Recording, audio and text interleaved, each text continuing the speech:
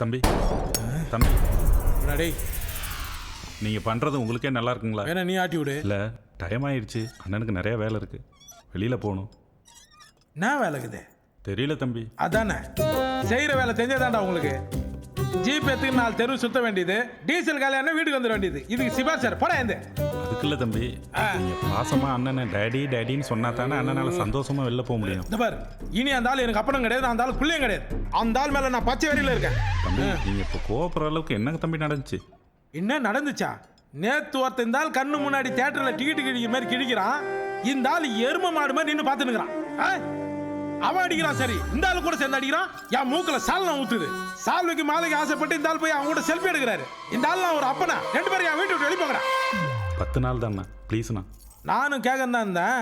வந்ததுலேருந்து டியூ டேட்டுக்கார மாதிரி 5 10ன்றீங்களே, 10 நாளுக்கு அப்புறம் என்னடா பண்ண போறீங்க? நடக்கும் போது நீங்கள் பேச மாட்டீங்க தம்பி. பேச மாட்டேன். ஏன்டா என்ன ஈசாயோவில் சேர்த்து விட போறீங்களா? ஐடியா இருக்கா டாடி?